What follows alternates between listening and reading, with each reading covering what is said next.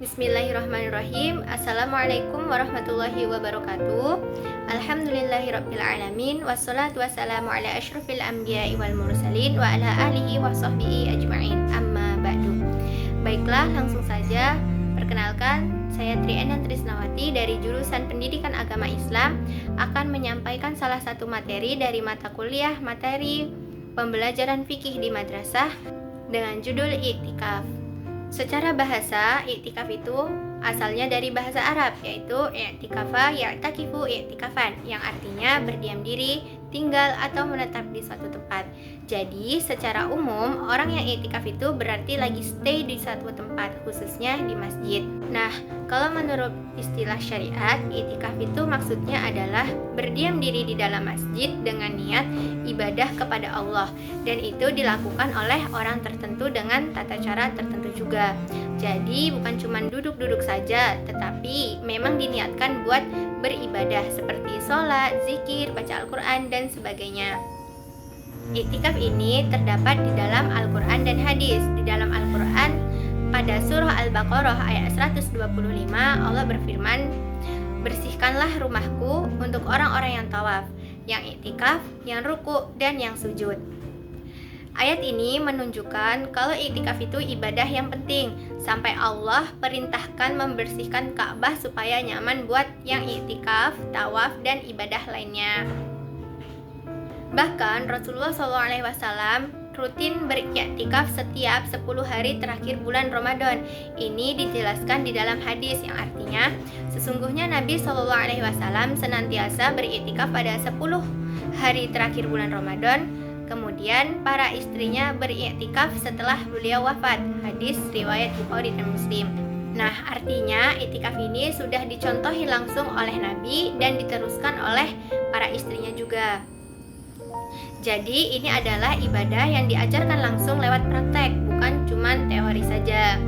Secara umum, para ulama mengatakan kalau i'tikaf itu hukumnya sunnah. Artinya kalau dikerjain dapat pahala, kalau tidak dikerjakan juga tidak mendapat dosa.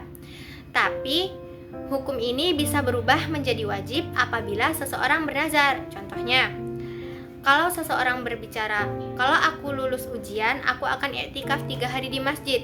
Nah, karena udah nazar, berarti dia wajib menepatinya dan i'tikafnya jadi wajib buat dia.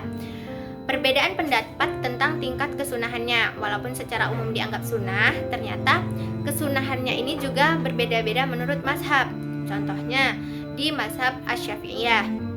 Mazhab ini berpendapat bahwa i'tikaf itu sunnah mu'akkad. Sunnah mu'akkadah itu artinya sunnah yang sangat dianjurkan, jadi tidak wajib, tapi penting dikerjakan apabila untuk dapat keberkahan. Menurut mazhab ini, i'tikaf bisa dilakukan kapan saja, tapi yang paling dianjurkan itu pas 10 hari terakhir Ramadan. Kenapa? Karena itu adalah waktu yang spesial. Bisa jadi ada malam Lailatul Qadar yang pahalanya lebih baik dari 1000 malam. Para ulama juga melihat dari contoh Rasulullah SAW waktu Nabi beriktikaf di masjid. Memang ada sebagian sahabat yang ikut, tapi tidak semuanya. Itu menunjukkan bahwa iktikaf bukan kewajiban umum buat semua orang, tetapi lebih ke sunnah yang bisa dilakukan siapa saja yang ingin lebih dekat dengan Allah. Di iktikaf ternyata ada rukunnya juga. Dalam ibadah, rukun itu artinya bagian inti yang harus ada. Nah, dalam iktikaf ada 2 rukun utama yang harus ada, yaitu yang pertama niat.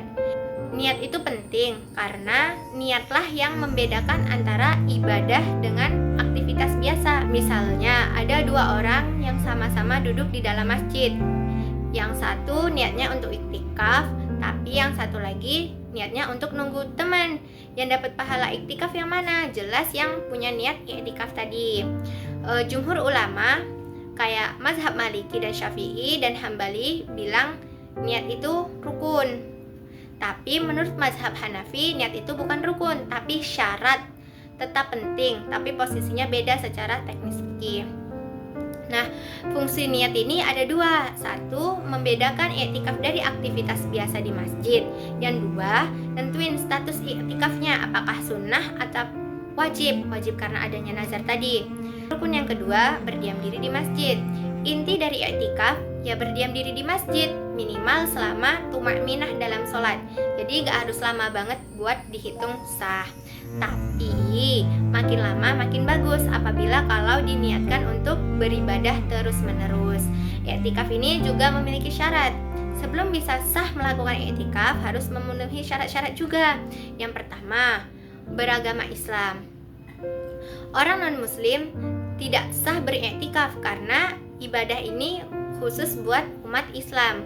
Yang kedua, baligh atau mumayyiz. Kalau udah baligh jelas sah. Kalau belum tapi udah mumayyiz, yaitu bisa membedakan mana yang baik dan mana yang buruk, iktikafnya sah dan dapat pahala. Yang ketiga, berakal sehat. Orang yang gak sadar diri kayak orang gila, gak bisa niat, itu iktikafnya tidak sah. Yang keempat, suci dari haid dan nifas. Perempuan yang lagi haid atau nifas tidak boleh iktikaf karena tidak boleh tinggal di masjid. Yang kelima, suci dari hadas besar atau janabah.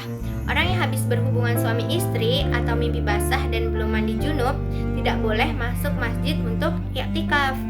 Nah, dalilnya itu juga ada di dalam Quran surah An-Nisa ayat 43 yang intinya ngelarang orang junub masuk masjid kecuali lewat aja.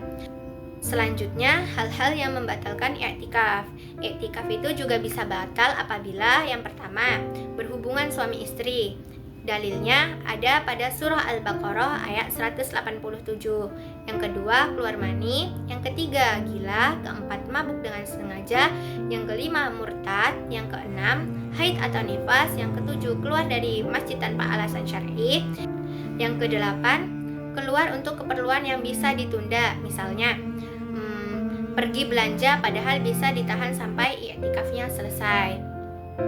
Ada juga hal-hal yang diperbolehkan saat i'tikaf. Meski lagi i'tikaf, kita tetap boleh keluar masjid untuk keperluan penting kayak buang hajat, ambil makan sahur, atau ikut kajian. Selanjutnya yaitu amalan yang dianjurkan saat beriktikaf. Supaya iktikaf makin maksimal, ada beberapa amalan yang bisa dikerjain. Seperti yang pertama, sholat. Perbanyak sholat sunnah. Ini ibadah paling utama yang langsung naikin derajat dan pahala. Yang kedua, baca Al-Quran. Baca Quran bikin hati tenang dan makin dekat dengan Allah. Pahalanya juga besar. Yang ketiga, zikir. Kayak tasbih, tahmid, tahlil, dan lainnya. Semua ini adalah bentuk pengingat yang bikin kita makin sadar akan kehadiran Allah. Yang keempat, sholawat kepada Nabi. Dan yang kelima adalah kurangi interaksi sosial. Nah, fokuslah sama ibadah, jangan terlalu banyak ngobrol atau main HP. Setiap ibadah dalam Islam tidak ada yang sia-sia, semuanya pasti punya tujuan dan hikmahnya, baik yang langsung bisa kita pahami atau yang belum kita sadari. Nah, i'tikaf juga termasuk ibadah yang penuh dengan makna. I'tikaf itu bukan cuma duduk diam di masjid, tapi ada banyak kebaikan di baliknya. Misalnya seperti yang pertama, mendekatkan diri kepada Allah. Saat kita i'tikaf, kita fokus ibadah, jauh dari hal-hal dunia. Ini bikin hati kita jadi lebih dekat dengan Allah. Yang kedua, membersihkan hati. Hati kita itu ibarat kaca. Kalau sering mikirin dunia, jadi buram. Nah, i'tikaf bantu bersihin hati supaya jadi lebih jernih dan tenang. Yang ketiga, melatih diri untuk sabar dan tenang. I'tikaf ngajarin kita untuk sabar, tidak banyak berbicara, tidak banyak main HP, dan fokus ibadah. Jadi, kita belajar tenang dan tidak gampang marah atau emosi kita tidak gampang terpancing. Yang keempat, mengurangi dosa. Selama i'tikaf, kita banyak sholat, baca Quran, zikir, dan itu semua bisa jadi penghapus dosa kita. Yang kelima, meningkatkan semangat ibadah. I'tikaf bikin kita semangat buat terus dekat sama Allah, bukan cuma pas i'tikaf aja, tapi juga setelah i'tikaf. Dari semua yang telah saya sampaikan, dapat diambil kesimpulan bahwa i'tikaf bukan cuma soal duduk di masjid, tapi soal menenangkan hati, mendekatkan diri kepada Allah, dan memperbaiki diri.